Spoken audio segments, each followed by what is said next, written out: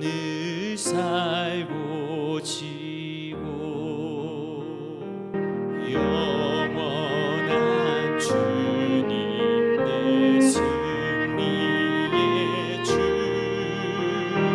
하늘의 기쁨을 주옵소서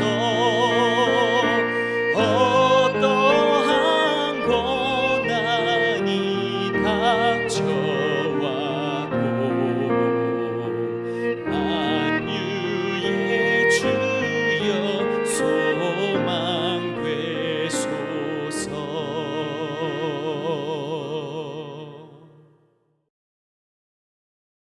할렐루야! 오늘 함께 나눌 하나님의 말씀은 사무엘하 19장 6절부터 7절까지의 말씀입니다.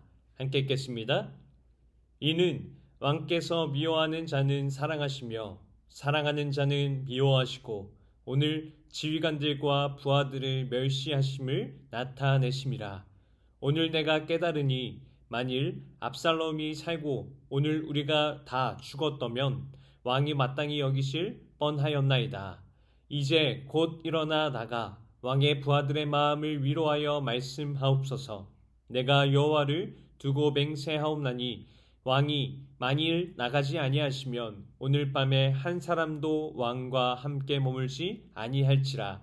그리하면 그 화가 왕이 젊었을 때부터 지금까지 당하신 모든 화보다 더욱 심하리이다 하니.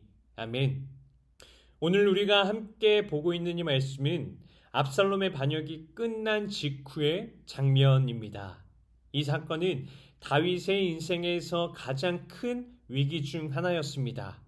왕의 아들이 반역을 일으켰고 다윗은 왕궁을 떠나 도망쳐야 했습니다. 하나님이 세우신 왕이 자기 아들로 인해 쫓겨나는 이 장면은 단순한 정치적인 사건이 아니라 하나님이 세우신 한 사람의 삶이 얼마나 크게 흔들릴 수 있는지를 보여주는 사건입니다. 이제 반역은 끝이 났습니다. 압살롬은 죽었고 전쟁은 끝이 났고 이제 왕이 돌아오면 모든 것은 회복될 수 있는 그러한 순간이었습니다. 그러나 성경은 왕이 돌아오는 모습보다 먼저는 왕이 어떤 상태에 있는지를 보여주고 있습니다. 압살롬이 죽었다라고 하는 그 소식을 들은 다윗은 완전히 무너지게 됩니다. 그의 입에서는 압살롬아 내가 너를 대신해서 죽었더라면 이라고 하는 그 탄식까지 쏟아져 나왔습니다. 이 장면은 다윗의 중심이 어디에 있는지를 보여주는 장면입니다. 다윗은 지금 왕으로 서 있지 않습니다. 하나님이 맡기신 자리에서 그 역할을 온전히 감당하고 있는 모습이 아닙니다. 그는 오직 아버지로서의 감정 속에서 머물러 있습니다. 잘 아시다시피 왕이라고 하는 그 자리는 감정으로 서 있는 자리가 아닙니다. 왕은 하나님이 맡기신 자리에서 하나님을 대신해서 서 있는 자리입니다. 그런데 지금 다윗은 왕으로서 무너진 상태이죠. 이때 요압이 다윗 앞에 서서 매우 직설적이고 단호하게 말합니다. 왕이 오늘 왕을 구원한 자들의 얼굴을 부끄럽게 했다라고 하는 것이죠. 이 말은 다윗의 상태를 가장 정확하게 드러내는 말이었습니다. 다윗은 지금 자신을 위해서 싸워온 사람들을 보지 못하고 있습니다. 오히려 그 반대편에 있었던 압살롬에게 마음이 붙들려 있죠. 그래서 요압은 더 분명하게 말합니다. 왕께서 원수는 사랑하고 왕을 사랑하는 자는 미워한다 라고 이야기를 하죠. 이 말은 거칠게 들리지만 아주 정확한 표현입니다. 다윗의 중심이 어디에 있는지를 그대로 드러내고 있죠. 왕의 시선이 하나님이 맡기신 자리에서 벗어난 상태입니다. 여기서 우리는 중요한 사실 한 가지를 보게 됩니다. 성경은 다윗의 실패를 숨기지 않는다라고 하는 것입니다. 하나님이 세우신 사람도 이렇게 무너질 수 있다라고 하는 것을 그대로 보여주고 있습니다. 그러나 성경이 우리에게 보여주려는 것은 다윗의 실패 그 자체가 아닙니다. 성경이 보여주려고 하는 것은 하나님이 이 상황 속에서 어떻게 일하시는 분이신가 하는 것입니다. 하나님은 이 무너짐을 그대로 두지 않으십니다. 요압의 말을 통해서 다윗을 깨우십니다. 하나님은 사람을 다시 세우실 때 말씀을 통해서 깨우시는 하나님이십니다. 그 말씀이 항상 부드럽게 들리는 것은 아닙니다. 때로는 너무나도 날카롭게 들립니다. 그러나 그 말씀이 사람을 다시 세우게 됩니다. 다윗은 요압의 말을 듣고 성문에 앉습니다. 성문은 왕의 자리입니다. 백성을 만나는 자리입니다. 회복은 감정이 나아지는 것이 아닙니다. 회복은 하나님이 맡기신 자리로 다시 서는 것입니다. 다윗은 여전히 슬펐을 것입니다. 그러나 그는 다시 왕으로 섭니다. 이것이 바로 회복입니다. 이후의 흐름을 보면 다윗은 다시 나라를 정리합니다. 지파 간의 갈등을 수습하고 왕권을 회복하고 공의를 다시금 세워갑니다. 사무엘하 20장에서는 또 다른 반란이 일어나지만 그 역시 정리됩니다. 사무엘하 21장에서는 기근의 문제가 등장을 하지만 그 문제를 해결하며 하나님의 공의를 세워갑니다. 성경은 완벽한 사람을 보여주지 않습니다. 성경은 사람을 붙드시는 하나님을 보여줍니다. 하나님은 넘어지지 않는 사람을 찾으시는 분이 아니라 넘어졌을 때 끝내지 않으시고 다시 세우시는 하나님이십니다. 다윗의 삶 전체가 이 사실을 증명합니다. 그는 여러 번 무너졌습니다. 그러나 그 무너짐이 그의 인생의 끝이 되지는 않았습니다. 하나님이 그를 붙드셨기 때문입니다. 말씀을 맺겠습니다. 오늘 본문에서 다윗은 무너져 있었습니다. 그의 중심이 흔들렸고 하나님이 맡기신 자리에서 내려왔습니다.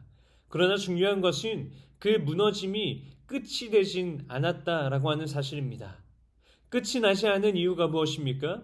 하나님이 그를 그대로 두지 않으셨기 때문입니다. 하나님은 무너진 사람을 방치하시는 하나님이 아니십니다. 하나님은 무너진 자리에서 끝나게 하시는 하나님이 아니라 그 자리에서 다시 세우시는 하나님이십니다. 요압의 말을 통해 다윗을 깨우시고 다시 성문에 앉게 하시고 다시 왕의 자리로 돌아가게 하신 분은 하나님이십니다.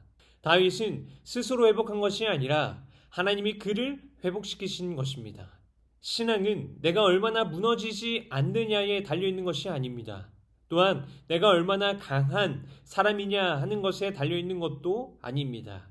신앙은 누가 나를 붙들고 계시는가에 달려 있습니다. 붙들고 계시면 그 삶은 무너짐으로 끝나지 않습니다. 하나님이 붙들고 계시면 다시 서게 됩니다.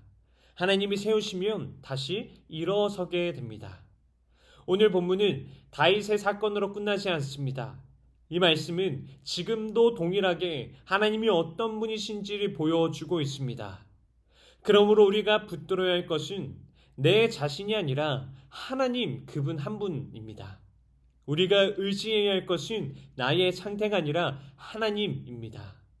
그 하나님을 붙들고 다시 서는 은혜가 오늘 우리 가운데에 동일하게 역사하기를 주님의 이름으로 축원드립니다. 기도하겠습니다. 하나님, 오늘 말씀을 통해 하나님이 어떤 분이신지를 깨닫게 하시니 감사합니다. 우리는 연약하여 쉽게 흔들리고 맡겨진 자리에서 중심을 잃을 때가 많았습니다. 그러나 하나님은 우리를 그대로 두지 않으시고 무너진 자리에서 다시 세우시는 하나님이심을 깨닫게 하시니 감사합니다. 다윗이 무너졌던 것처럼 우리의 중심도 흔들릴 때가 있었음을 고백합니다. 하나님이 맡기신 자리보다 다른 것에 마음이 붙들려 그 자리를 제대로 감당하지 못했던 순간들이 있었다면 용서하여 주옵시고 그 자리에 머물러 있게 하지 마시며 다시 세워주옵소서. 말씀으로 우리를 깨우시고 하나님이 맡기신 자리로 다시 서게 하여 주옵소서. 우리의 신앙이 우리 자신에게 있지 않게 하시고 우리를 붙들고 계시는 하나님께 뿌리를 내리게 하여 주옵소서.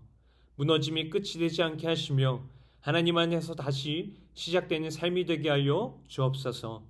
오늘도 우리를 붙드시고 다시 세우시는 하나님을 바라보며 살아가게 하시고 그 하나님을 신뢰하는 믿음으로 하루하루를 살아가게 하여 주옵소서. 이 모든 것 살아계신 예수님의 이름으로 기도드립니다. 아멘. 오늘 함께 기도할 도구기도 제목은 교회 교역자들과 선교사들 및 사역자들을 위하여입니다. 교역자들이 하나님의 부르심 앞에 온전한 순종과 섬김의 자세로 성도를 보살피고 영적으로 깨어 성령 충만한 충성된 종들이 될 수 있도록 파송, 협력 선교사님들이 예수 그리스도의 지상 명령을 가슴에 품고 영혼 구원의 열정으로 복음을 전할 수 있도록 기도하시기 바랍니다. 이어서 육신의 질병으로 고통받고 있는 교회 식구들, 경제적 어려움을 겪는 식구들, 타지와 타국에 있는 식구들, 우리 교회 다음 세대를 위해 기도하시기 바랍니다. 또한 나라와 민족을 위해서, 한국교회와 세계 선교를 위해서 기도하시기 바랍니다.